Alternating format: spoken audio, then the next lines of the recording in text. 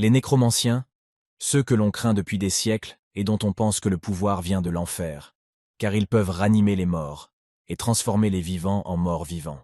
De nombreux rois et dirigeants ont essayé de les combattre. Même le grand roi de la vallée a préparé une armée d'1 million de mercenaires pour éliminer tous les nécromanciens le plus tôt possible. Il les envoya dans une grande bataille. Les nécromanciens n'ont envoyé que 10 grands guerriers à cette bataille. Que peuvent faire ces 10 malheureux héros? Mais les choses ne se sont pas passées comme le roi l'avait prévu. Ces 10 nécromanciens ont transformé toute l'armée de millions d'hommes en morts vivants insignifiants. Puis ils sont venus chercher le dernier roi. Personne ne peut vraiment les maîtriser. En fait, comme toujours, contre le pire des maux, il y a toujours un salut. Léger et tout aussi puissant. Guilde de dieux qui possèdent la grande et la petite magie. Ils étaient comme le yin et le yang face aux nécromanciens. Mais le temps passe, et après des milliers d'années, tout a changé. Aujourd'hui, il n'y a plus d'affrontements comme avant. Chacun vit en paix et n'utilise ses pouvoirs qu'à bon escient. Monseigneur et son fils regardèrent les ouvriers squelettiques transporter les troncs d'arbres. Monseigneur enseignait à son fils comment faire ce qui est juste, et ce qui est important pour comprendre le monde. Il lui demanda alors ce qui, selon lui, était le plus important chez un homme. Simon, c'est le nom du garçon, fut un peu troublé par cette question et commença à passer en revue dans sa tête toutes les options possibles. La première chose qui lui vint à l'esprit fut la gentillesse. Et Monseigneur éclata de rire à cette réponse. Pensait-il que la gentillesse était la chose la plus importante chez un homme? A précisé le père. Simon resta silencieux. Il a seulement essayé de demander ce que son père pensait être la chose la plus importante chez un homme. Son père répondit. Un cœur pur. Un cœur? Simon a été surpris par cette réponse. Comment pouvait-il être pur? De plus en plus de questions lui venaient à l'esprit. Seul un homme au cœur pur sait quand utiliser ses émotions, résister au mal et ne pas se laisser tenter par ses pouvoirs. De même, une personne au cœur pur sait toujours quoi faire et comment le faire, quelle que soit la situation. Elle trouvera toujours la bonne solution. Soudain, leur conversation fut interrompue par quelqu'un qui courait vers eux avec seulement une boule de poussière derrière lui. Il agitait activement la main pour attirer son attention. Ayant couru plus près d'eux, le gars, à cause de son allaitement, pouvait à peine demander de l'aide à Monseigneur, c'est-à-dire d'appeler plus d'ouvriers, car ils n'ont pas assez de main-d'œuvre. Monseigneur répondit qu'il n'y avait pas de problème, mais demanda à Simon et au garçon de s'éloigner afin qu'ils ne soient pas accidentellement pris dans le feu. D'énormes nuages d'orage commencèrent à apparaître dans le ciel. D'énormes boules d'énergie commencèrent à voler autour de Monseigneur et à se rassembler dans sa main tendue. Il dit quelque chose à voix basse. En tendant brusquement le bras, toute l'énergie se précipite devant lui et un énorme cercle violet apparaît près de lui. C'est hypnotisant de l'extérieur de voir votre réponse créer de la magie. La terre se mit alors à trembler et à se fissurer, et de ces fissures commencèrent à sortir des squelettes. Un énorme tas d'impuretés avait déjà commencé à sortir progressivement du sol. Elles étaient de plus en plus nombreuses. Mais ne vous inquiétez pas, il s'agit d'une armée de squelettes non ennemis. C'est justement l'aide dont ils ont besoin en ce moment. L'assistant leur montre rapidement ce qu'ils doivent faire en pointant du doigt le tas de bûches derrière lui. Il sourit même un peu que tout se soit passé si vite. Les squelettes pensaient manifestement qu'ils étaient appelés à tirer et à détruire tout ce qui se trouvait sur leur chemin, mais pas à devenir des ouvriers à louer. Eh bien, ils n'ont pas le choix. Alors ils attrapent les troncs et commencent à les porter à l'endroit indiqué. Et l'assistant, à ce moment-là, commence à leur donner un rythme de travail en tapant dans leurs mains. Monseigneur fit un signe de la main aux nouveaux ouvriers et dit à Simon qu'il était temps pour eux de rentrer chez eux. Simon était très content que ce soit son père qui ait la magie d'un nécromancien et qu'il l'utilise pour une bonne cause, pour reconstruire et agrandir leur petit village. Depuis de nombreuses années, il utilise ses pouvoirs pour aider les habitants, en construisant de nouvelles maisons ou en réparant ce qui est cassé. Une excellente solution pour ne pas utiliser le travail des gens ordinaires. Leur village est si petit que les localités voisines ne savent probablement même pas qu'il existe. Seuls les commerçants de passage peuvent s'y arrêter et se demander si quelqu'un y vit. Mais cela ne les empêche pas de vivre dans la joie et de se développer. Et le fait que personne ne les connaisse a ses avantages. Par exemple, personne n'essaie de s'en emparer ou de se l'approprier. Quand ils sont rentrés à la maison, la maman de Simon était très contente qu'ils soient rentrés. Elle a dit qu'elle préparait une soupe aux champignons. Simon s'est approché de l'endroit où sa maman préparait la soupe et il était un peu excité de voir quelle sorte de soupe sa maman avait préparée. Il a décidé de lui dire qu'il s'agissait de champignons vénéneux et qu'il ne fallait pas les utiliser en cuisine. Ce à quoi sa mère répondit simplement « Tu t'inquiètes pour rien et tu as probablement oublié qui je suis vraiment ». Simon a regardé tout cela pour la première fois et s'est dit que cela ressemblait plus à une fiction ou à un conte de fées qu'à autre chose. Que son père, un grand et puissant nécromancien, avait épousé une fille aussi belle et brillante que sa mère, parce qu'elle avait le pouvoir de la guilde des anges. Les pensées de Simon sont interrompues par la voix de sa mère qui lui dit d'aller manger plutôt que de rester là à regarder les champignons flotter dans la soupe. La mère de Simon avait fait de son mieux pour préparer un tel dîner pour sa famille. Simon n'arrivait pas à se détacher de la nourriture, tandis que son père restait assis et disait qu'il avait déjà mangé et qu'il ne devait donc pas trop manger. Après le dîner, Simon se rendit dans sa chambre et passa devant celle de ses parents. Il était submergé d'émotions positives. Après toutes ces années, ses parents se sentaient comme s'ils venaient de se marier. Simon s'est assis à la fenêtre de sa chambre et a admiré la pleine lune. C'était une belle soirée. Sa chambre était remplie des rayons de la lune. Une fin de journée parfaite. La famille se dit bonne nuit et Simon commença à fermer la fenêtre de sa chambre. Soudain, de nulle part, une lettre lui vola au visage et, de surprise, Simon commença à tomber. En retirant la lettre de son visage, il n'a pas réalisé ce qui se passait. Mais à ce moment-là, il a commencé à sentir comme Harry Potter qu'il avait reçu une lettre d'invitation. Soudain, une fille aux cheveux blonds apparut à sa fenêtre. Simon se figea sur place de surprise. La soupe n'avait-elle pas été complètement nettoyée de la magie de sa mère? La fille regarda le gars abasourdi et lui dit simplement bonjour, et rit un peu du comique de la situation. Simon ne put rien en tirer, pensant qu'il s'agissait probablement d'une illusion et d'un fruit de son imagination, telle une fille qu'il n'avait jamais vue auparavant. La jeune fille s'adressa de nouveau à Simon, mais celui-ci continua à l'ignorer. Il se retourna et alla se coucher. La jeune fille a été choquée par tant d'insolence et de manque de tact. Elle a commencé à crier à Simon de ne pas l'ignorer comme si elle n'était pas là. Elle a commencé à lui retirer la couverture et lui a dit qu'il n'était pas poli de garder le silence et de ne pas répondre lorsqu'on le saluait. Quand il a fini par lui prêter attention, elle a commencé à lui dire qu'il était aussi impoli que possible, et elle s'est adressée à lui par son nom. Ce qui a rendu Simon encore plus confus sur ce qui se passait. « Oui, tu es Simon, je sais, » dit-elle, tandis que Simon lui demandait comment elle le connaissait, parce qu'ils ne s'étaient jamais rencontrés et qu'elle n'avait pas l'air d'être de leur village. La jeune fille s'étonna de le connaître, car son nom était écrit sur la lettre. Mais leur conversation fut interrompue par la porte qui s'ouvrit brusquement. Les parents de Simon se tiennent à la porte, armés d'une poêle à frire et pensant que des voleurs se sont introduits. Ils sont prêts à tout pour sauver leur fils. Cependant, lorsque la jeune fille s'est retournée pour regarder ses parents, il y avait tant de joie sur son visage, comme si elle avait vu non pas les parents du garçon, mais quelque chose dont elle rêvait depuis longtemps. Elle a immédiatement couru vers ses parents et a commencé à les serrer dans ses bras. Ils étaient également fous de joie de voir cette fille, mais Simon était dans une confusion totale et a demandé « Connaissez-vous cette fille ?» Les parents répondent qu'ils la connaissent bien sûr, et depuis longtemps, il s'agit de la fameuse Nephthys. Simon fut plus surpris par ce qu'il entendait que par tous les événements qui s'étaient déroulés auparavant. Cette grande et puissante Nephthys, qui pendant de nombreux siècles a maintenu l'humanité dans la peur, et pas seulement, beaucoup ont essayé de renverser son règne, mais tous sont morts. Qui aurait cru que derrière cette fille se cachait un homme aussi terrible et effrayant? Simon décida de commencer à lire la lettre, et ce qu'elle disait en premier lieu ressemblait à un canular. La lettre indiquait qu'il avait été invité à la Grande Académie pour étudier, qu'il avait été sélectionné comme l'heureux élu pour l'admission. Il regarda Nephthys et lui demanda si c'était vrai, ce à quoi il reçut une réponse claire. C'est la vérité totale, et il n'y en a pas d'autre. Nephthys dit au revoir et sauta par la fenêtre et en un instant disparut comme si elle n'avait jamais été là. Simon la regarda s'envoler hors de sa chambre. Son père demanda à voir la lettre. Il était très curieux de savoir ce qui avait tant excité Simon. Il donne la lettre à ses parents dans l'espoir qu'ils puissent savoir ce qui se passe, car il n'a pas l'intention d'aller quelque part et n'a même pas envoyé son dossier de candidature. Son père se met à lire très attentivement chaque lettre de la lettre. Il n'a rien dit pendant un long moment et a relu la lettre plusieurs fois. Puis il a regardé Simon et lui a dit qu'il fallait commencer à se préparer pour qu'il puisse aller à l'académie avec des connaissances de base. La seule chose que Simon ne comprenait pas, c'était pourquoi une fille aussi formidable que Nephthys avait apporté la lettre, mais son père lui dit qu'elle était la chancelière de l'académie. Simon a également demandé à quelle distance se trouvait l'académie, car elle n'était manifestement pas située dans le village voisin.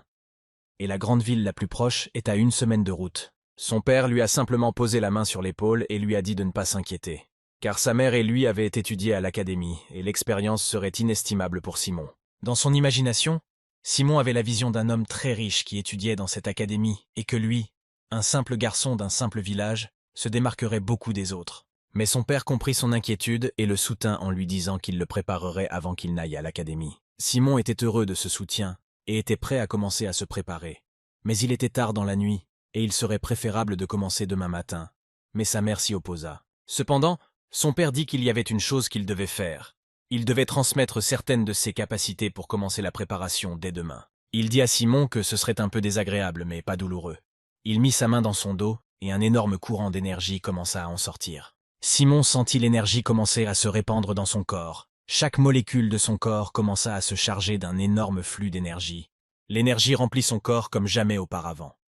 Autour de lui, des cercles d'énergie commencèrent à voler, tandis que son père continuait à déverser toute l'énergie dans son corps. Le remplissage est presque terminé, et son père dit à Simon d'expirer lentement. Simon commença à faire ce que son père lui demandait, et après l'effort d'énergie, son corps se relâcha peu à peu. Après une semaine d'entraînement, il est temps de prendre la route. La grande ville, puis l'académie pour l'entraînement. La mère était très excitée à l'idée que son fils unique grandisse et fasse ses premiers pas dans l'âge adulte. L'assistant en arrière-plan souhaitait également bonne chance au jeune seigneur. Simon dans la voiture respire. Il répète tout ce que son père lui a dit. Il est aussi excité. Il n'a aucune idée de ce qui l'attend au début de ce voyage. Son père lui dit alors de se concentrer sur tout ce qu'il lui apprenait, qu'il fallait qu'il comprenne la différence importante entre la magie des nécromanciens et la magie des anges. L'énergie qui circule en lui est un mélange de deux grandes forces, et transformer l'une en l'autre demande beaucoup d'efforts. Une indication qu'il a transformé l'énergie correctement est que la magie du nécromancien se manifeste par le fait que l'on peut créer quelque chose de matériel et quelque chose de dense. Son père dit qu'il va maintenant lui montrer l'exemple, il tend la main et dit à Simon de regarder ce qui va se passer. Une énergie de couleur bleue commença à jaillir de sa main. Son père lui dit que c'était une manifestation du pouvoir de base, mais qu'avec la bonne technique, il pouvait la contrôler. Au même moment, cette énergie commença à se transformer en une masse épaisse et visqueuse qui commença à couler le long de son bras. Et au même moment, une jolie petite figure humaine se forma dans sa main. À partir de rien, il créa quelque chose de matériel. Son père lui dit que Simon devrait essayer de faire la même chose, mais que pour arriver à un tel résultat, il faudrait au moins plusieurs années d'entraînement acharné. Mais Simon ne doit pas s'énerver s'il ne réussit pas. Il est tout à fait normal qu'il applaudisse sa figurine nouvellement créée dans sa main. Il a ajouté qu'il devrait se concentrer sur son noyau sombre intérieur et ensuite essayer de créer quelque chose de tangible. Simon tendit les bras et commença à essayer de créer quelque chose. De petites gouttes d'énergie noire commencèrent à apparaître dans sa main. La masse semblable à de l'huile commença à remplir ses mains de plus en plus. Simon n'essaya pas assez fort pour que cela fonctionne, mais ce n'était pas très facile. Simon commença à se concentrer sur la formation de quelque chose de plus compréhensible. Il commença par quelque chose de simple. Au début, sa figure ressemblait plus à un lièvre tordu. Cependant, après quelques instants, sa silhouette s'est transformée en quelque chose de grand, ressemblant à un arbre et très détaillé en plus. Son père le regarda et ne comprit pas comment il pouvait faire cela. Il aurait fallu au moins 10 ans d'entraînement et de pratique pour arriver à un tel résultat. Il a vu la force de son fils comme une grande opportunité. Mais il n'en a pas parlé à Simon, il l'a juste regardé et lui a dit que ce n'était pas un mauvais résultat pour la première fois. Simon a regardé son père, et on pouvait lire dans ses yeux qu'il était heureux d'avoir un bon résultat pour la première fois. Cependant, son père a regardé par la fenêtre et a dit que son énergie n'était pas tout à fait forte, car elle avait encore une teinte bleue de la puissance énergétique des anges. Simon en fut même heureux et demanda à son père s'il était aussi doué que lui. Mais son père lui dit de ne pas tirer de conclusions hâtives, qu'il avait encore beaucoup à apprendre avant d'être considéré comme un nécromancien talentueux. Simon était un peu confus à ce moment-là. Il s'attendait à autre chose. Mais son père interrompit ses pensées, alors que la calèche s'arrêtait. Il dit qu'il devait descendre ici, qu'il irait tout seul. Simon ne réalisa pas ce qui se passait. Son père lui a donné les dernières instructions, lui disant de n'avoir peur de rien, d'améliorer constamment ses compétences en matière de contrôle, et de se souvenir d'un cœur pur. Simon ne comprenait pas pourquoi son père venait ici, et pourquoi il ne pouvait pas aller le voir avant qu'il ne parte à l'entraînement. Son père a dit qu'il lui était interdit de visiter la grande ville et que son voyage s'arrêtait ici. Il a juste souhaité à Simon bonne chance, et de ne pas s'inquiéter et qu'il réussirait à coup sûr. Simon regarda son père et ne savait pas quoi dire à ce moment-là. Il ne pensait pas que ce moment de séparation avec sa famille arriverait si vite. Il ne savait pas comment son fils allait réussir ses études. Mais il se rendit compte qu'il avait beaucoup de force en lui, et tous les doutes dans sa tête commencèrent immédiatement à se dissiper. Après une semaine de voyage, Simon atteignit enfin la grande ville. Les armoiries et le drapeau de la ville se trouvaient sur presque toutes les maisons. Cela n'a rien d'étonnant, car cette ville est le principal carrefour des marchands et des voyageurs. La ville était si grande qu'elle était divisée en plusieurs parties. La petite partie où il y avait le plus de commerce se trouvait au pied de la montagne et était entourée d'un grand mur. La magie est activement utilisée dans la ville pour invoquer les morts vivants qui exécutent les différents ordres des maîtres. Il ne s'agissait pas seulement d'ouvriers comme dans le village de Simon, mais aussi de chevaux, de squelettes ou d'autres créatures qui travaillaient très activement avec les gens. Simon était émerveillé par cette grandeur. Il était surpris par tout ce qui se passait autour de lui, jusqu'aux gens ordinaires qui venaient ici, car leurs images ne ressemblèrent pas à celles des habitants d'un village normal, mais il s'est aussi rendu compte qu'il devait faire attention, parce qu'il y avait peut-être des voleurs ici, et il ne voulait pas perdre tout l'argent qu'il avait, et qu'il n'avait pas beaucoup d'argent de toute façon. Il jeta un nouveau coup d'œil à la lettre pour voir où il devait aller ensuite. Il a jeté un autre coup d'œil à la lettre pour voir où il devait aller, où il devait arriver. Mais la lettre indiquait simplement l'adresse et qu'un guide l'y attendrait. Simon ne connaissait pas grand-chose de la ville car il n'y était jamais venu. Il s'est donc mis à la recherche de quelqu'un à qui demander de l'aide. Il vit une fille qui passait par là et décida de lui demander de l'aide. Il l'appela et lui tendit la main. À ce moment-là, la fille s'est tournée vers Simon. Mais elle n'était manifestement pas une personne normale, car l'un de ses yeux se comportait de façon très anormale. Elle a demandé ce que le gars voulait. Simon tremble et regrette déjà de s'être tourné vers elle. Mais il n'avait pas le choix. Il demanda si la fille savait où se trouvait l'endroit. L'œil de la jeune fille, tel un télescope, se dirigea directement vers le billet que Simon tenait dans ses mains et commença à lire attentivement ce qu'il disait. La maladresse de la situation était aussi terrible que le silence qui régnait à ce moment-là, mais la jeune fille s'exclama joyeusement que ce n'était pas loin d'ici et indiqua au garçon où il devait se rendre. Simon la remercia. C'était encore plus facile pour lui quand la fille lui souriait, et toute la situation n'était pas si dégoûtante. Il s'inclina encore une fois devant elle, lui souhaita une bonne journée, et se rendit là où la jeune fille lui avait dit d'aller. La fille s'est mise à rire et a dit qu'il était un drôle de type. Mais elle lui a aussi souhaité une bonne journée et lui a dit d'avoir de la chance. Simon courut joyeusement dans la direction indiquée, lui fit un nouveau signe de la main pour la remercier de son amabilité et se dirigea vers sa destination. Leur conversation fut suivie de près par un type en casquette, qui s'approcha de la fille et décida de clarifier ce que Simon voulait, après quoi il le suivit. Une fille aux cheveux noirs se tenait près de la fontaine et regardait attentivement les gens à la recherche de quelqu'un. Il semble qu'elle attendait ou cherchait quelqu'un depuis longtemps. Mais elle s'inquiétait de l'absence de l'homme qui aurait dû venir, ce qui n'était pas bon. Simon marchait et regardait les numéros sur les maisons. Il ne trouvait pas l'adresse qu'il voulait. À ce moment-là, le type qui observait leur conversation de côté finit par rattraper Simon et lui dit de ne pas se presser. Simon lui demanda qui il était et s'il se connaissait. Le type enlève sa casquette et dit qu'il ne le connaît pas encore, mais qu'il est venu pour lui. Il s'appelle Michael. Il se présente comme le guide qui doit aider le gars à se rendre à l'académie. Ils se serrent à la main et s'en vont. Michael dit qu'il connaissait un raccourci. Alors il demanda à Simon de le suivre et de ne pas se laisser distancer, car il y avait beaucoup de voleurs dans la ville. Au cours de la conversation, Michael a également dit que les voleurs attaquèrent souvent dans les ruelles étroites, et qu'il fallait donc essayer de les éviter. En même temps, Michael commence à l'entraîner dans cette ruelle particulière, qui semble très incongrue après sa narration, mais Simon semble avoir tout compris depuis le début, et il en parle à son compagnon de voyage. Michael en est un peu choqué. Il s'est tourné vers Simon et lui a dit que c'était très drôle, qu'il avait de l'humour et qu'il se demandait pourquoi il l'avait pris pour un voleur dès le départ. Simon a commencé à lui donner des faits, comme le fait que Michael touche toujours sa poche et qu'il a peur de perdre ce qu'elle contient. Et si l'on considère la forme, on dirait une petite lame. Et sa garde sortait parfois de la poche. Michael rit et dit « Eh bien, si Simon est si attentif et qu'il a remarqué quelque chose tout de suite, pourquoi l'a-t-il cherché en premier lieu ?» De plus, Simon ajouta que son nom n'était pas le même que celui des gens, et que c'était le nom de la chèvre devant laquelle il était passé avant de rencontrer l'étranger. Michael était furieux. Il dit qu'il était très intelligent mais en même temps très stupide parce qu'il avait accepté d'aller avec lui, mais qu'il ne pouvait plus rien y faire maintenant. Il sortit une lame de sa poche et commença à lui demander qui il était et pourquoi, avec un esprit aussi analytique, il avait fait une chose aussi stupide en le suivant. Cette fois-ci, la phrase était plus menaçante. À ce moment-là, les autres complices du voleur sont déjà arrivés et commencent à encercler Simon. Le complice dit qu'ils avaient assez à faire avec lui et qu'ils n'avaient pas beaucoup de temps, qu'il vide donc ses poches de tout ce qui a de la valeur. Simon n'a rien fait, et le type a décidé de l'attaquer pour avoir ignoré son ordre. Mais Simon a simplement esquivé l'attaque d'un léger mouvement de son corps. Dans sa tête, tout se passait beaucoup plus lentement que dans la réalité. Alors il a juste levé le bras au bon moment et il a esquivé l'attaque avec un léger mouvement de son corps. Il saisit l'attaquant par le bras, avec une telle dextérité que le voleur ne réalisa pas immédiatement ce qui se passait. Le quartier est encore plus surpris de ce qui se passe.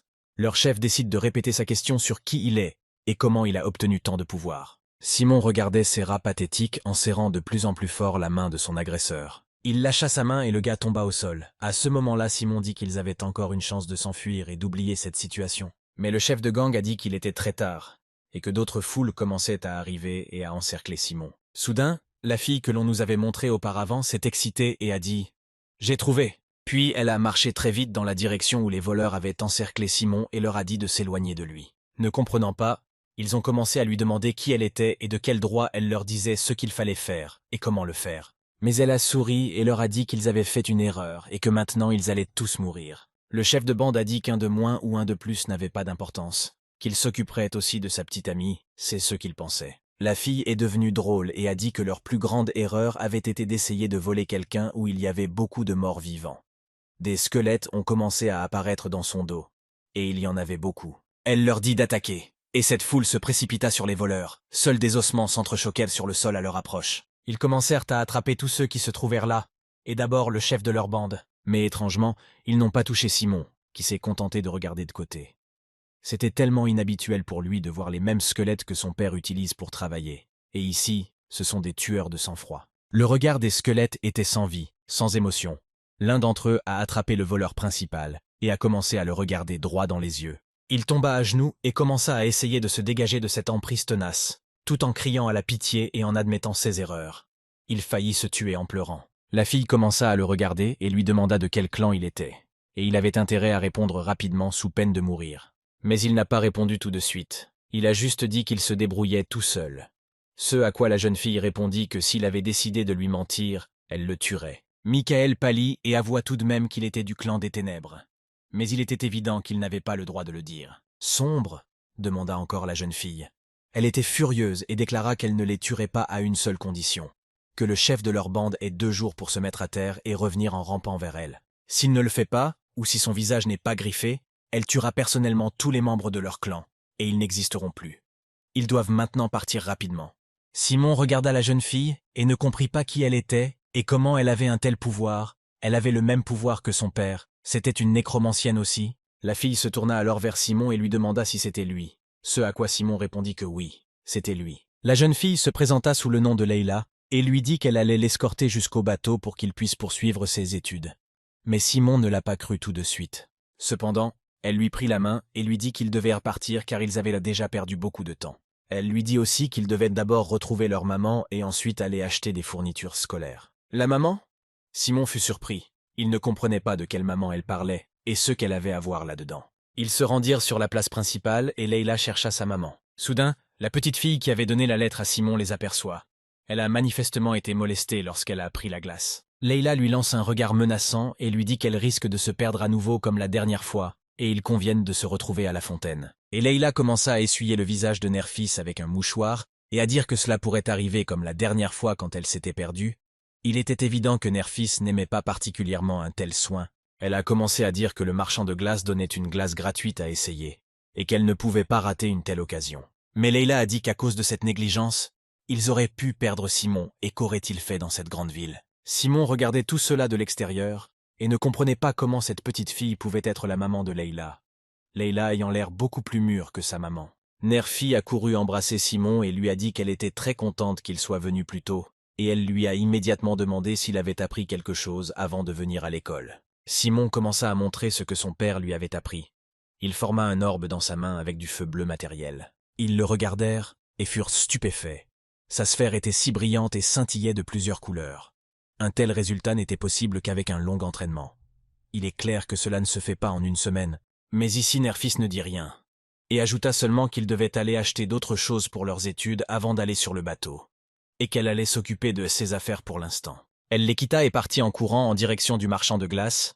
Elle avait des choses plus importantes à faire que d'aider les enfants à acheter ceux dont ils avaient besoin pour leurs études. Leila dit qu'il fallait se dépêcher d'aller au marché car il allait bientôt fermer, et s'ils n'achetaient pas tout à temps, ce serait très mauvais. Elle prit la main de Simon et, pour une raison inconnue, la chair de poule lui parcourut le corps. C'était une sensation étrange, qu'il n'avait jamais ressentie auparavant. Simon a ajouté qu'il n'avait pas beaucoup d'argent pour acheter beaucoup de choses, ni même pour acheter ceux dont il avait besoin. La jeune fille lui dit de ne pas s'inquiéter et qu'elle s'occuperait de tout. D'abord, il devrait aller à la librairie pour acheter les livres nécessaires. Lorsqu'ils sont arrivés à la librairie, elle lui a dit de l'attendre pendant qu'elle choisissait tout ce dont il aurait besoin pendant ses études. Elle se dirigea vers la première étagère de livres et commença à dire qu'il avait d'abord besoin de ce livre marron, et le lança dans sa direction. Simon regarda le titre du livre. Il s'agissait de démonologie, la science même que son père avait maîtrisée à la perfection. Mais il n'avait pas le temps de rêver, et d'autres livres volèrent envers Simon, le premier, le deuxième, le troisième. Simon ne comprenait pas pourquoi il y en avait tant. Il entrait à peine, et demanda pourquoi ces livres n'étaient pas pour le premier trimestre d'études. Leila dit non. Comment peut-il y avoir autant de livres pour un trimestre? Ce sont des livres pour le premier trimestre seulement. Alors que Simon digérait les paroles de Leila, un autre livre vola vers lui. Il le ramassa et vit qu'il s'agissait de spiritologie, la science de la communication avec les esprits. Au même moment, une fille courait après Simon, marmonnant quelque chose pour elle-même sans prêter attention à ceux qui l'entouraient. En passant près de Simon, il l'entendit marmonner. Elle répétait « L'essentiel, c'est de ne pas s'écraser. L'essentiel, c'est de ne pas s'écraser. » Simon l'a appelée. Elle était très contente qu'il l'ait remarquée. Elle voulait que quelqu'un la remarque. À ce moment-là, Simon recule d'un pas et la fille tombe sur l'étagère de livres, ce qui la fait vaciller. Immédiatement, les livres ont commencé à tomber des étagères. Simon s'est précipité vers la fille pour la couvrir, afin qu'elle ne soit pas accidentellement écrasée par les livres. Simon a regardé l'inconnu pendant que les livres continuaient à tomber, mais elle a dit qu'elle était en train de réfléchir et qu'elle ne l'avait pas remarqué. Elle était gênée que ce soit arrivé. Elle n'avait vraiment pas remarqué qu'il se tenait là alors qu'elle pensait au sien. Elle s'est présentée à l'eau et a dit qu'elle était en première année et qu'elle était confuse parce qu'elle avait encore beaucoup de choses à acheter avant d'aller à l'académie. Simon lui tendit le livre qui était tombé des mains de l'eau et lui dit qu'il venait lui aussi de commencer et qu'il ne s'était pas encore fait d'amis ici. La jeune fille lui dit qu'elle non plus n'a encore trouvé personne ici et qu'elle essaie de tout faire toute seule. Simon a dit que si elle et lui n'avaient pas encore d'amis, ils pourraient commencer à être amis.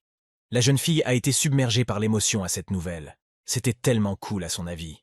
Elle était donc très heureuse de cette nouvelle, mais elle décida de vérifier s'il plaisantait, car elle ne s'attendait pas à cela. Simon lui a demandé pourquoi elle pensait qu'il plaisantait. L'eau a été embarrassée et a dit que c'était la première fois qu'on lui proposait l'amitié. Mais Simon dit que non, ce n'était pas une blague, et que le seul but était que l'eau lui rende son portefeuille, parce que commencer une amitié par un volume n'est pas très gentil. L'eau se tourna vers lui et fit semblant de ne pas bien comprendre de quoi il parlait, pourquoi il pensait qu'elle avait pris son portefeuille. Simon dit que c'était très étrange de te voir tomber, et à ce moment-là, son portefeuille flottait dans l'air. L'eau commença à se demander où elle avait pu se tromper, parce qu'elle avait utilisé de la magie sans contact et silencieuse. Il n'aurait pas dû remarquer que son portefeuille glissait de sa poche et qu'elle l'avait distrait par sa chute. Ce à quoi la jeune fille répondit qu'elle ne faisait que s'exercer à la spiritisme et que s'il voyait qu'elle utilisait la magie, alors il choisirait aussi cette matière comme matière principale. Mais Simon ne comprenait pas ce qu'était une matière principale ni en quoi elle était liée à quoi que ce soit. Alors il marmonna quelque chose à voix basse. L'eau s'apprêtait à partir et dit à Simon de ne pas hésiter à l'aborder à l'académie. Elle en serait très heureuse, mais Simon lui rappela le portefeuille. Elle dit qu'elle avait presque oublié. Mais bien sûr, elle voulait qu'il le lui rende déjà. L'eau lança le sac à main dans sa direction. Simon en volume commença à l'attraper. À ce moment-là, l'eau lui dit à nouveau au revoir et commença à traverser l'étagère comme un portail, lui rappelant une fois de plus de ne pas oublier de venir la voir. Leila revint alors vers Simon et décida de lui demander qui était la fille, si Simon avait déjà commencé à se faire des amis. Ce dernier décide de plaisanter en disant que c'est juste une fille qui a failli tomber et qui voulait lui voler son portefeuille. Mais Leila dit qu'il ne devrait pas lui trouver d'excuses. Après tout, elle avait vu la façon dont ils se regardaient, et il y avait clairement de la magie entre eux. Ils se sont ensuite rendus dans un autre magasin afin d'acheter un sac universel. Ce à quoi Simon objecta qu'il avait déjà un sac et qu'il n'avait pas besoin d'un autre. Mais Leila dit que les élèves de l'académie n'ont pas l'habitude d'utiliser des sacs, car tous les objets magiques ne rentrent pas dedans. Chaque élève a sa propre dimension de poche. Simon n'en revenait pas. Comment pouvait-il exister une telle dimension de poche? Est-ce possible? Ils arrivent alors dans le nouveau magasin où les attend une femme avec une cape blanche et des gants. Elle ajouta qu'elle les attendait ainsi que, très probablement, la commande que la mère de Leila avait faite pour le jeune homme. Elle a dit qu'elle apporterait quelque chose de spécial. Elle ouvre la vitrine. Elle commence à sortir une bague. Elle a également précisé qu'il s'agissait d'un prototype et qu'il n'était pas encore disponible à la vente. C'est pour cela qu'elle est spéciale. Elle met la bague dans la main de Simon et lui dit de la mettre à son doigt. Simon a mis la bague. Elle était parfaite sur son doigt. La femme lui dit alors d'aligner sa main et de sentir la prise. Simon a tendu le bras et un levier s'est matérialisé dans sa main et il a dit qu'il le sentait, qu'il devait maintenant le tirer vers lui. Simon s'exécuta et quelque chose commença à bouger dans le sol. La vendeuse ajoute que ce prototype ne se préoccupe pas du type de surface. Que la surface soit parfaitement plate ou vallonnée. Partout où il peut s'ouvrir, une porte dans le sol a commencé à s'ouvrir alors qu'elle n'existait pas auparavant, et le sol a commencé à trembler un peu, mais on ne l'a pas senti de l'extérieur. Un portail s'ouvrit devant eux. Pas seulement un portail, mais une dimension vers un autre monde. C'était une immense pièce qui n'avait pas de fin. Leila demanda à Simon si cela lui plaisait, ce à quoi il répondit sans hésiter que c'était très cool. Leila demanda alors combien coûtait une telle dimension. La vendeuse a dit que son prix était de 5000 pièces d'or, et que, comme il s'agissait d'un prototype, elle ne pourrait en aucun cas faire de réduction. Leila dit sans plus attendre qu'ils n'ont pas l'intention de demander une remise, et qu'ils l'achètent parce que c'est un artefact très important pour leurs études. Simon le regarde et dit qu'il n'a pas beaucoup d'argent pour se l'offrir. Ce à quoi Leila répond qu'il n'a pas à s'inquiéter de l'argent, car c'est sa mère qui paye tout. Leila lui répond qu'il n'a pas à s'inquiéter de l'argent, car c'est sa mère qui paie tout. Il est très mal à l'aise dans cette situation, mais il ne peut pas refuser et accepte un achat aussi coûteux. Leila dit qu'il n'aurait pas dû y penser, car tout avait été décidé avec sa mère il y a longtemps. Simon ne comprend pas pourquoi un homme inconnu de lui l'aide autant. Qu'est-ce qu'il a de si spécial? Mais ce ne sont que ses pensées, et il ne les partage pas avec Leila. Après avoir fait leurs courses, ils sont allés se promener dans la ville le soir. Leila la connaissait bien, et elle est devenue une sorte de guide pour Simon en lui montrant les meilleurs endroits de la ville. Ils sont allés au parc d'attractions où Leila a demandé à obtenir une nouvelle peluche dans le stand de tir. Ce à quoi Simon a répondu qu'il ferait de son mieux. Ils arrivèrent ensuite au bord de la mer. Leila dit qu'ils arrivèrent juste à temps parce qu'il allait y avoir l'un des plus beaux numéros de la ville. Tout à l'heure, des milliers de lanternes vont être lancées dans le ciel. C'est très beau et inhabituel, dit-elle. Après cela, ils sont allés dîner. Ils ont parlé longtemps comme s'ils se connaissaient depuis longtemps, et Simon a dit que la chose la plus étrange pour lui aujourd'hui était que les gens étaient prêts à dépenser 200 pièces d'or juste pour allumer du papier et le lancer dans le ciel. Leila s'est opposée et a dit que c'était en fait très beau et inhabituel, et que certaines personnes y trouvaient quelque chose de romantique. Simon dit qu'il ne voulait pas la blesser avec ça, que pour l'endroit où il a grandi, ce serait une perte d'argent, et il décida de changer de sujet en demandant quels étaient les domaines de spécialisation de l'académie. Leila commença à lui dire que chaque étudiant du premier trimestre étudiait toutes les matières et voyait ce qu'il préférait, qu'il y avait 7 guildes, ou plus simplement appelées majeures à l'académie. Lorsqu'un étudiant passe au 2e semestre d'études, il doit déjà avoir choisi sa matière principale et la guilde dans laquelle il étudiera. Tout ce qu'il apprendra au cours du premier trimestre et dont il obtiendra des notes sera à la fin ramené à ses aptitudes exactes, et il pourra comprendre plus clairement quelle orientation il devra choisir par la suite. Pour l'instant, il ne doit donc pas s'en préoccuper, car il pourra choisir ce qui lui plaira le mieux lorsqu'il aura essayé toutes les directions dans ses études. Il s'en réjouit car il pourra alors choisir la même direction que son père pour devenir un nécromancien aussi grand que Simon. Après une agréable soirée, ils se dirigèrent vers l'hôtel où Simon devait passer la nuit.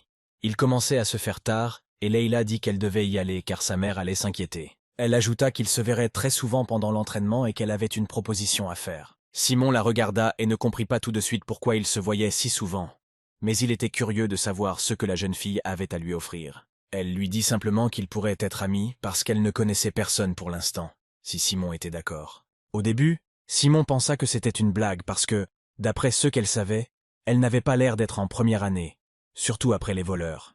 Alors il lui posa à nouveau la question. Cette information a été le dernier choc de la journée pour Simon, mais il a tout de même dit que cela ne le dérangerait pas d'être ami avec elle. Le lendemain matin, Simon arriva à l'endroit où tous les nouveaux étudiants étaient rassemblés.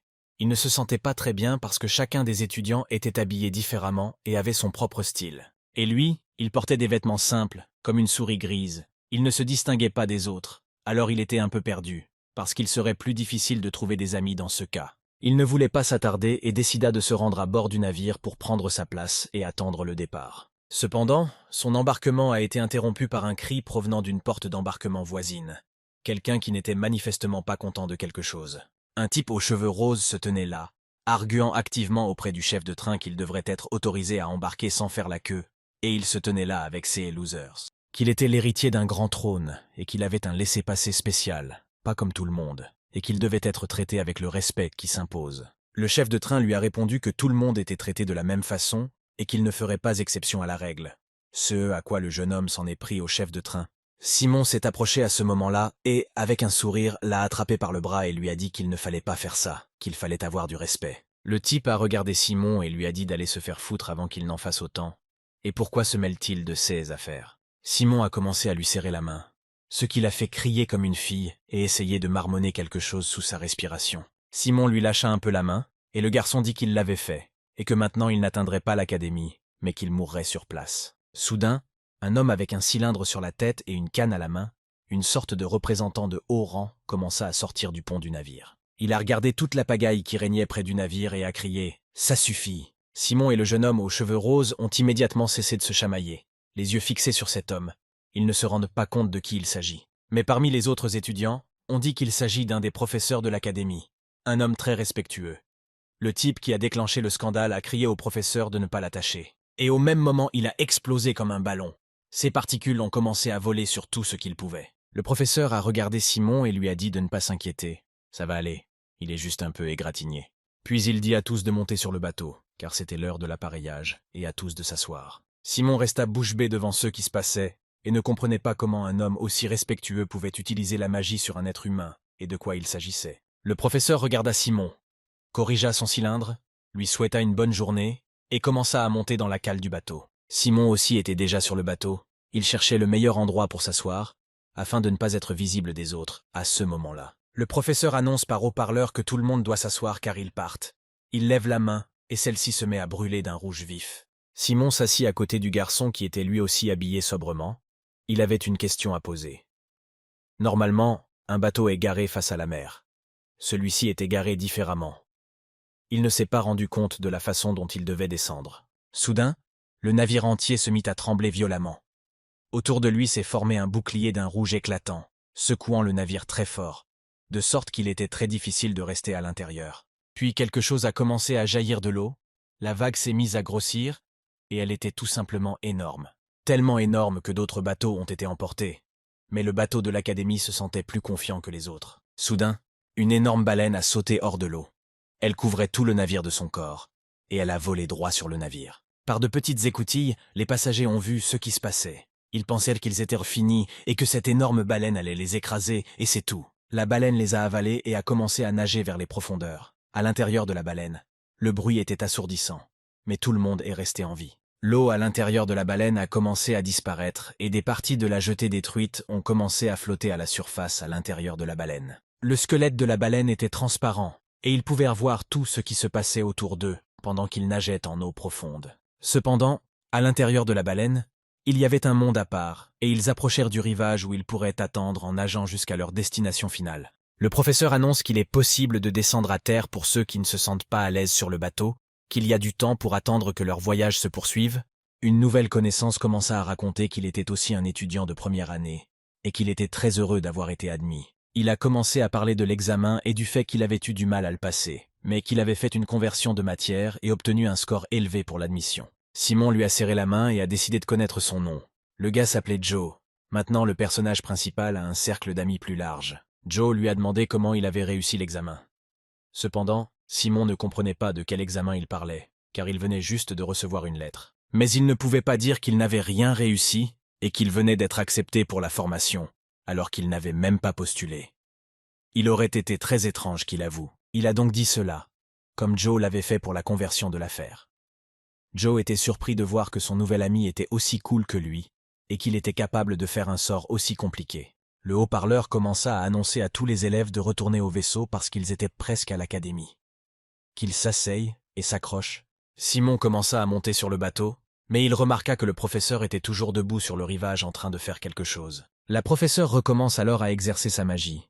Elle créa une coquille autour du bateau pour qu'il puisse refaire surface sur la terre ferme. Simon et son ami s'assirent à nouveau dans leur siège et le bateau commença à trembler à nouveau. Joe n'était pas à l'aise avec de tels déplacements, et il semble qu'il commençait à avoir le mal de mer. Un énorme torrent d'eau frappe le fond du navire, et celui-ci commence à remonter à la surface. Le haut-parleur commence à dire que pour la sécurité des passagers, il faut s'accrocher à la rambarde, alors que déjà tous les objets et les passagers sont en lévitation sur tout le navire. Simon n'aimait pas tout cela. Il s'attendait à ce que leur voyage soit plus détendu. Pas un tour de montagne russe avec des mesures de sécurité minimales. Keith lança le vaisseau qui se mit à planer dans les airs près des rochers, volant vers le rivage. Simon regarda l'académie par la fenêtre et ne se préoccupa pas du fait que tout était en désordre et que tout volait, jusqu'aux gens. Le professeur claqua des doigts, et le bateau commença à se poser doucement près du rivage de l'académie pour que les passagers puissent enfin débarquer. À ce moment-là, le bateau atterrit sur l'eau, mais comme il était dans un bouclier de magie, il ne subit aucun dommage. Sauf que tout ce qu'il y avait sur le bateau s'est retourné. Le commandant du navire commença à annoncer qu'ils étaient arrivés à Kazen, puis commença à ouvrir la porte de la cale du navire. Tous les élèves sont descendus à terre et ont commencé à recevoir leurs nouveaux uniformes. Simon aimait beaucoup le fait que tout le monde ait les mêmes vêtements. Au moins, il ne se sentirait pas gêné comme il l'était avant d'aller sur le bateau, quand tous les élèves avaient leurs propres vêtements et leur style particulier. Simon se regarda dans le miroir. Il se sentait différent maintenant qu'il était étudiant et qu'il commençait un nouveau voyage. Et une nouvelle vie en général. Tous les étudiants discutaient entre eux de tout ce qui leur était arrivé et de la difficulté du voyage. Mais ils étaient si heureux de faire de nouvelles connaissances, etc. Puis tous les élèves se sont mis à regarder l'une d'entre elles. Simon ne comprenait pas ce qu'elle avait à dire et a demandé à sa nouvelle amie qui elle était. Son amie lui répondit qu'elle était l'une des élèves des guildes qui avaient fondé cette académie et qu'elle était donc d'un rang élevé. Simon rit pour une raison quelconque de cette option. Mais on annonce alors que si tous les élèves ont déjà changé, tout le monde doit se rendre à l'auditorium pour la cérémonie d'inscription. Pendant qu'il marchait, Joe cria à Simon que le nouvel uniforme lui allait très bien, qu'il lui allait à merveille, et qu'un tel compliment de la part d'un ami était ce qu'il y avait de plus important à entendre. Tous les élèves commencent à entrer dans le bâtiment académique pour s'asseoir et commencer la cérémonie. Simon se dirigea vers le siège vide où son nouvel ami l'avait appelé. Il était heureux de le voir. Il a demandé pourquoi il y avait tant d'étudiants, s'ils étaient tous en première année. Il a été très choqué par le nombre d'étudiants. Joe lui répond que oui, ce sont tous des nouveaux, mais que chaque trimestre il y en aura de moins en moins jusqu'à ce que les meilleurs étudiants obtiennent leur diplôme. Et ils sont là. Par exemple, cette fille, ses parents sont l'un des fondateurs de l'académie, alors elle a été admise sans examen, parce qu'elle a un titre de privilège. Joe a ensuite désigné une autre élève qui a également été admise sans priorité, mais qui a obtenu la meilleure note à l'examen. Simon désigna le grand type assis devant eux et demanda qui il était. Joe commença à dire qu'il était aussi un élève d'élite et que sa famille était connue pour utiliser de la magie lourde. Il est donc fort probable qu'il se lance également dans l'étude de la magie lourde, car sa famille étudie cette magie depuis des générations et possède des techniques secrètes que les autres ne connaissent pas. Joe désigna alors Leila, la même connaissance qui, hier encore, avait aidé Simon à choisir ses affaires pour l'admission. Elle fait également partie de l'élite des étudiants, car sa mère travaille à l'académie depuis des siècles et est considérée comme l'une des personnes les plus respectables. Mais leur conversation est interrompue par le speaker qui annonce que la cérémonie a officiellement commencé. Cependant, elle ne durera pas assez longtemps pour que tous les élèves puissent commencer les cours le plus tôt possible. C'est pourquoi il est maintenant. Ils doivent prêter serment, puis se rendre à leur premier cours et se plonger pleinement dans leurs études. Simon réfléchit à tout ce qui se passait et s'inquiéta surtout du fait qu'il y ait beaucoup de concurrence dans ses études et qu'ils doivent beaucoup étudier. Parce qu'il ne sait rien, il est venu ici juste à cause d'une lettre qu'il a reçue. Il n'était donc pas très content de tout ce qu'on lui disait. L'animateur dit que pour la prestation de serment, il va demander à 2 étudiants ayant un statut d'admission spécial de monter sur la scène. Joe commença à regarder autour de lui pour voir qui seraient les 2 élèves. Il était très curieux de voir qui avait des pouvoirs plus forts que les autres élèves. Il demanda à Simon qui serait, selon lui, le 2e élève ayant des pouvoirs spéciaux, car il était évident que le premier serait une fille à qui les parents avaient enseigné la magie dès sa naissance. Le présentateur a demandé à la jeune fille de monter sur scène et le moment de vérité est arrivé. C'est elle qui est le 2e élève. Et puis le nom de Simon est appelé. Il ne s'est pas rendu compte que c'était lui, alors le présentateur répète son nom encore une fois. Toute la salle commence à discuter de son identité car c'est la première fois qu'ils entendent ce nom et ils ne l'ont vu nulle part ailleurs. Mais Joe s'essouffle et Simon est lui aussi sous le choc de ce qu'il vient d'entendre, si bien que l'histoire de sa réussite à l'examen s'avère être un mensonge pour son nouvel ami. Mais il n'avait pas d'autre choix que de monter sur scène. Il commença à marcher parmi les rangs. Tout le monde discutait de lui, de son identité, de la raison pour laquelle personne ne l'avait vu auparavant et de son origine. La situation était si tendue qu'il avait envie de s'évaporer, de ne plus être vu, de ne plus parler, et encore moins d'être regardé avec un regard brûlant. Mais il a expiré et a dit que ce n'était pas grave, qu'il n'avait qu'à lire le papier et à dire « Je jure que c'était une simple affaire ». Ils se sont mis devant tout le public. Simon a levé la main et a commencé à répéter après le présentateur. Puis il a dit « Je le jure ». Lorsqu'il s'est levé de son siège, il avait envie de brûler de honte, tellement il était gêné par tout ce qui se passait. Les gens n'arrêtaient pas de chuchoter dans son dos en se demandant qui il était. La cérémonie est terminée. Simon décida de se concentrer sur ses études et sortit son cahier pour voir ce qu'il devait faire ensuite. Il lut attentivement chaque mot qui y était écrit. Il était important pour lui de se distraire de ceux qui l'entouraient. Super, le prochain cours porte sur les malédictions et la magie noire, super. Il y aura très peu d'élèves donc il ne devrait pas trop s'inquiéter. Déjà dans l'auditorium, le professeur qui enseignait la matière attendait que tous les étudiants soient assis pour commencer son premier cours. C'était un professeur respecté dans le domaine de la magie noire et des malédictions. Son père lui avait parlé de lui. Que lui et lui étaient dans la même classe. Le professeur a sorti un magazine et a demandé à tout le monde de faire silence, qu'il voyait tout le monde pour la première fois et qu'il devait donc apprendre à connaître tout le monde.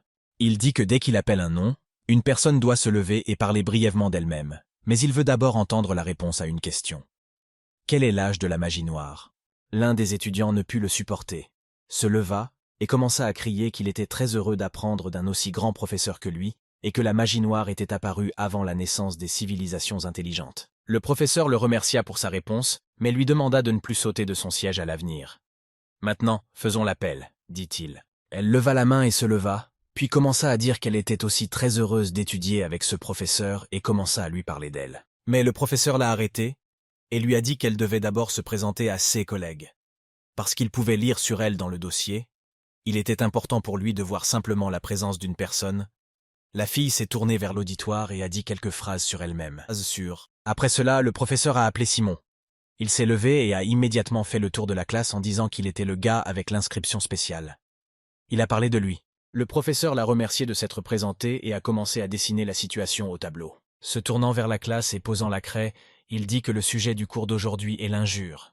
Un silence s'installe dans la classe. Tout le monde a commencé à écrire quelque chose, certains se sont contentés d'écouter. Le professeur a posé la question suivante. Qui peut donner une définition de ce terme? La fille qui s'est présentée en premier a commencé à tendre la main. Il lui demanda de répondre. Ce à quoi elle répondit que l'explication la plus simple et la plus exacte est qu'il s'agit d'une méthode de malédiction, le plus souvent utilisée pour affaiblir l'adversaire. Le professeur la remercia pour cette réponse précise, mais il dit que beaucoup d'étudiants dans l'auditoire ne pourraient pas comprendre ce que signifie affaiblir l'ennemi, et qu'il allait donc montrer un exemple. Il commence à dessiner au tableau des chevaliers qui se battent, et demande à tout le monde d'imaginer une situation où deux chevaliers se battent, et où l'un d'eux est distrait et faibli. Le deuxième homme a la possibilité de profiter de la situation pendant que son adversaire est distrait ou trébuche, et prend en main la priorité du combat pour le gagner. Il doit donc, au moment opportun, renverser son adversaire et, par exemple, lui jeter du sable au visage pour l'aveugler. Et à ce moment-là, il doit porter un coup écrasant. Et ce sera le seul pour que tout s'arrange définitivement. Et souffler la tête de son adversaire à partir des épaules, et alors seulement la victoire sera complète. Dans toutes les autres dispositions, il y a une variante que l'on peut perdre. C'est à peu près à cela que ressemble une compétition classique, ce qui est considéré comme classique dans la compréhension des gens ordinaires. Le professeur a terminé son histoire et a écrit toutes les options au tableau. Il se tourna vers les étudiants et leur demanda s'ils avaient compris tout ce qu'il leur avait dit sur la conception classique du combat, telle qu'elle est comprise par les gens. Tous les étudiants ont regardé ce qu'écrivait le professeur la bouche ouverte. Il racontait des informations si complexes et si simples, si clairement et si lucidement à la fois. Mais quelle est la différence entre le combat des nécromanciens et le combat classique? C'est une question importante qui fait partie de ce cours. La différence la plus importante est la vitesse. Un nécromancien n'a pas besoin d'autant de temps pour écraser son adversaire. Il n'a besoin que de lancer un seul sort, qui mettra déjà son adversaire à genoux. La chose la plus importante est l'application correcte de ces connaissances, de sorte que vous devez utiliser un minimum d'efforts pour atteindre leur but, tout en ne se faisant pas piéger lui-même. Le professeur poursuivit son récit en donnant des exemples de sorts, et en expliquant en quoi ils sont utiles dans la vie des nécromanciens. Puis il s'approcha de l'élève qui était assis sur le premier bureau comme si de rien n'était et se pencha sur lui. L'élève ne comprenait pas ce qui se passait, ni pourquoi le professeur s'était approché de lui, ni ce qui allait se passer. Il attendait une question du professeur, mais tout ce qu'il a fait, c'est déplier soudainement le pictogramme juste devant le visage de l'étudiant. Toute l'assistance ne s'attendait pas à cela, et en une seconde, l'élève était déjà allongé, inconscient, respirant à peine. On peut voir qu'un sort lui a été jeté qui l'a tué progressivement. Puis le professeur a sorti un couteau de sa poche et l'a balancé en l'air en disant « Tué ». Tout le monde s'est mis à crier devant un exemple aussi spectaculaire, à crier que le professeur est très cool, que la cathologie est la meilleure matière qui puisse exister dans ce monde. Puis le professeur a claqué des doigts et l'étudiant a commencé à guérir sous ses yeux. Comme si rien ne s'était passé.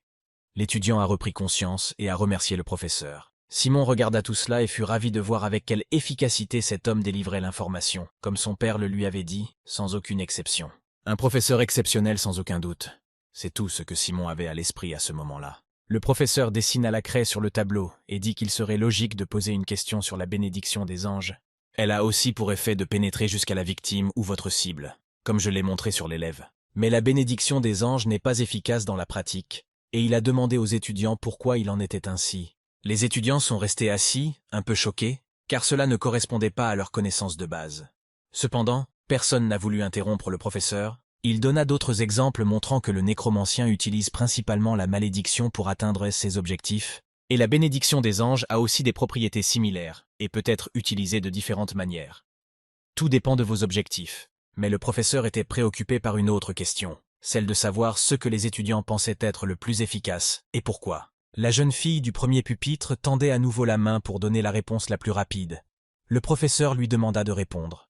La jeune fille répondit que la bénédiction était plus efficace d'un point de vue scientifique. Le professeur la remercia pour sa réponse, mais il déclara que cette opinion était erronée. Et le plus souvent, c'est la raison pour laquelle beaucoup de nécromanciens souffrent, parce qu'ils font la même erreur. La jeune fille pâlit du fait qu'elle s'était trompée. Le professeur expliqua par l'exemple que lorsque la magie noire est appliquée, elle a une plus grande pénétration que les bénédictions des anges. Le professeur a répété sa question, qui peut donner un énoncé valide ou correct pour expliquer pourquoi l'application d'une malédiction est plus efficace qu'une bénédiction. Un homme de la première rangée a levé la main et s'est présenté. Il s'appelle Hector.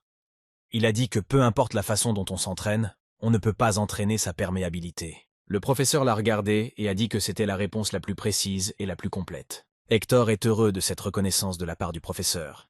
Il aime beaucoup l'attention du professeur et pense que ses connaissances sont très précieuses. Oui, c'est exactement ce que le jeune homme a dit, que c'est la priorité. Qu'on a beau entraîner son discernement, on ne peut ni le diminuer ni l'augmenter. Cela n'est possible que si tu t'entraînes constamment dans la vie réelle, dans de vraies situations de combat. Le simple fait de s'entraîner ne vous aidera pas à y parvenir, mais tu ne dois pas considérer ce qu'il dit maintenant comme une partie importante, parce que tu n'as pas besoin d'utiliser la connaissance de la malédiction pour tuer ton adversaire. La malédiction n'est généralement pas utilisée dans ce but, car son objectif principal est de vous sauver de la mort. Par exemple, si vous savez qu'un archer vous vise, vous pouvez utiliser des sorts pour réduire sa vision afin qu'il ne puisse pas vous viser correctement.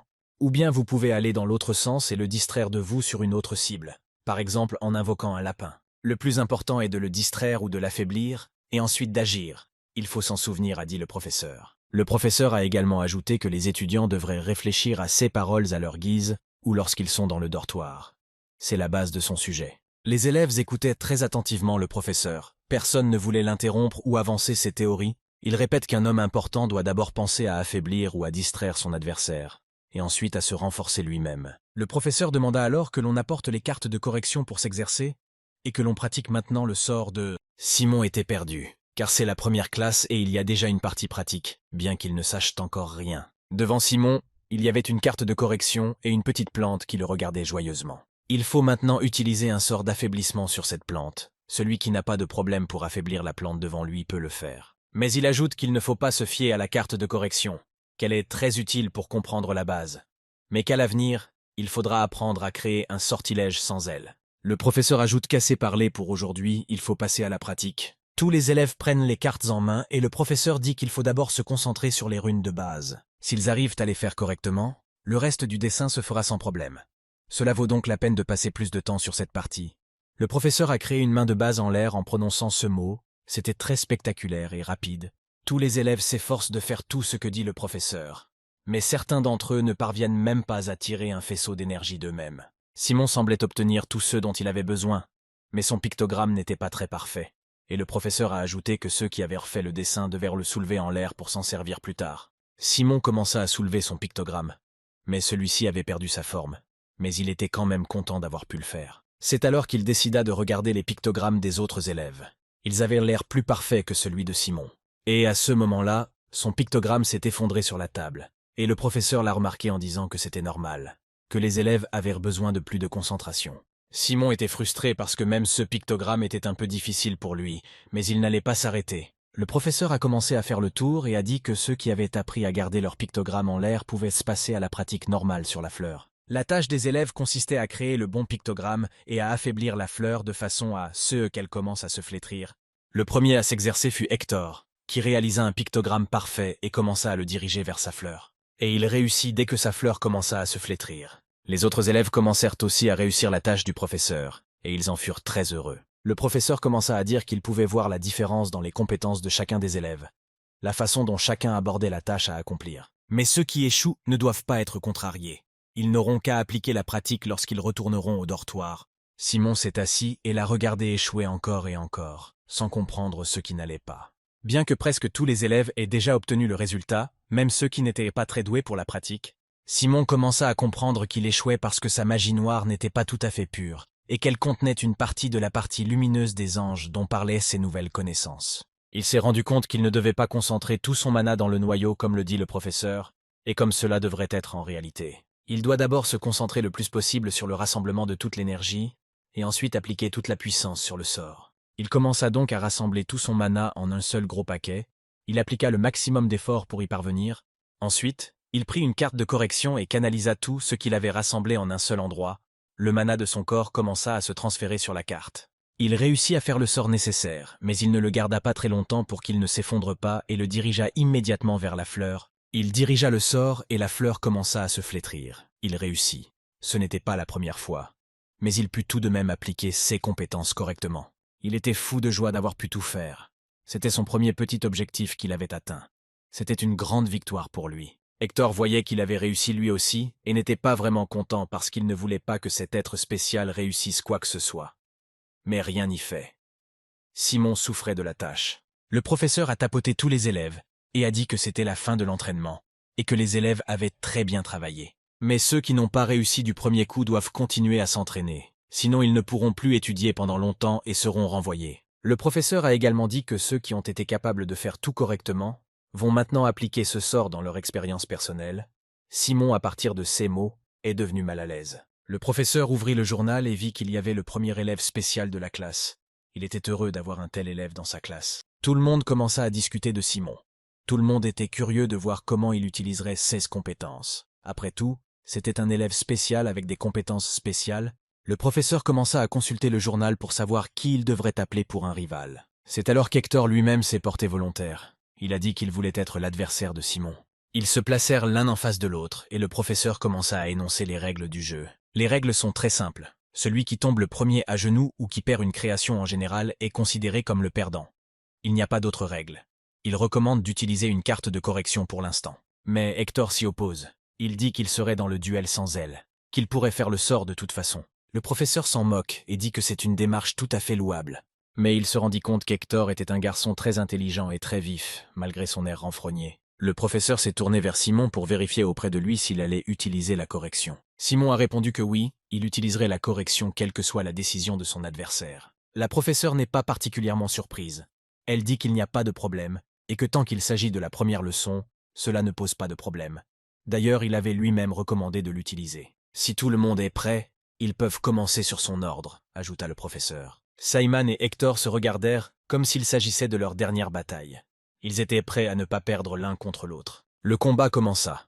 Simon se calma en disant qu'il n'avait pas besoin d'être nerveux, qu'il devait juste faire ce qu'il venait de faire à la table. Pendant qu'il réfléchissait, Hector avait déjà préparé le pictogramme et l'avait pointé sur Simon, qui ne comprenait pas comment il avait pu le faire aussi rapidement.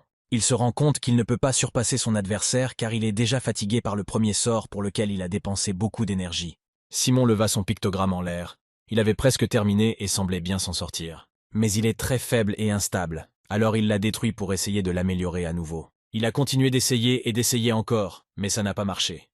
Tout le public a regardé ses efforts et n'a pas compris pourquoi l'objet spécial n'a pas réussi. Hector en a eu assez d'attendre et a dirigé sa malédiction vers Simon, qui s'est incliné mais n'est pas tombé à genoux. Il n'avait donc pas encore perdu. Hector dit à Simon d'abandonner, qu'il est pénible de le voir essayer de résister. Hector avait déjà préparé le prochain sort à attaquer et disait que Simon avait le choix de se rendre mais qu'il avait choisi une autre voie. Il dirigea à nouveau la malédiction sur Simon, mais celui-ci resta debout et ne tomba pas aussi violemment qu'il le pouvait. Le professeur se tient à l'écart et ne fait rien.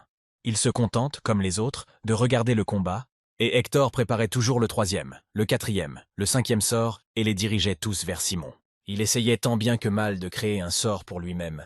Et le professeur ne comprenait pas pourquoi la guilde l'avait choisi, ce qu'il y avait de si spécial chez Simon, et pourtant, il est le premier parmi tous les élèves spéciaux. Qu'est-ce qu'il a de particulier pour que la guilde lui accorde un titre si honorable, celui de numéro 1? Mais en même temps, bien qu'il n'arrive pas à maîtriser le sort de base, il ne s'effondre pas et n'abandonne pas. Un autre élève de son âge serait tombé à genoux et aurait demandé grâce depuis longtemps. Mais celui-ci s'entête et tente de résister au cinquième ou sixième sort qu'Hector lui lance déjà. Mais il essaie et répète sans cesse, et pourtant son mana ne s'épuise pas, bien que ses tentatives soient continuellement infructueuses pour maintenir la stabilité du mana. De tels étudiants sont particulièrement favorisés par les professeurs d'autres cours, mais avec le sujet que ce professeur enseigne, il n'y avait aucun lien possible. Enfin, Simon a réussi à créer le sort parfait. Il a pu le soulever en l'air pour qu'il ne se brise pas. Il dirigea toute sa puissance vers Hector pour lui porter le seul coup possible. Il était follement heureux, même s'il était sur la corde raide à cause de sa défaite. Hector s'accroupit et son corps tremble d'épuisement. Il ne se rend pas compte qu'un sort aussi basique peut être si puissant qu'il s'évanouit presque. Mais il ne pouvait pas perdre face à cet arriviste avec un seul sort, alors il créa une autre malédiction. Et le dirige vers Simon qui se détend un peu et se réjouit de sa prochaine petite victoire. Simon tomba à genoux. Il avait perdu cette bataille. Mais Hector voyait aussi qu'il était épuisé. Le professeur annonça alors que le combat avait été formidable et qu'Hector était le vainqueur. Mais Simon s'en est bien tiré lui aussi, car il a montré une très grande résistance aux nombreux sorts qu'on lui a appliqués, et dans ce... Le professeur remercia tout le monde d'avoir participé à cette leçon, et il se réjouit de vous revoir pour la prochaine leçon. À ce moment-là, une jeune fille aux cheveux verts s'est approchée du professeur pour lui poser quelques questions, mais le professeur lui a demandé de revenir plus tard dans son bureau. Il ne se préoccupe pas vraiment de cette arriviste qui veut lui montrer qu'elle a bien étudié la théorie. Il ne pouvait pas perdre ce moment sans attirer l'attention de Simon sur lui et son sujet. Il avait sa priorité en ce moment. Il dit à Simon que c'était la meilleure photo qu'il ait jamais vue et qu'il serait heureux de la voir dans ses cours à l'avenir. Mais Simon ne prit pas vraiment ses paroles en considération, car il était aussi fatigué que possible à ce moment-là, et il n'avait qu'une envie, c'était de mourir.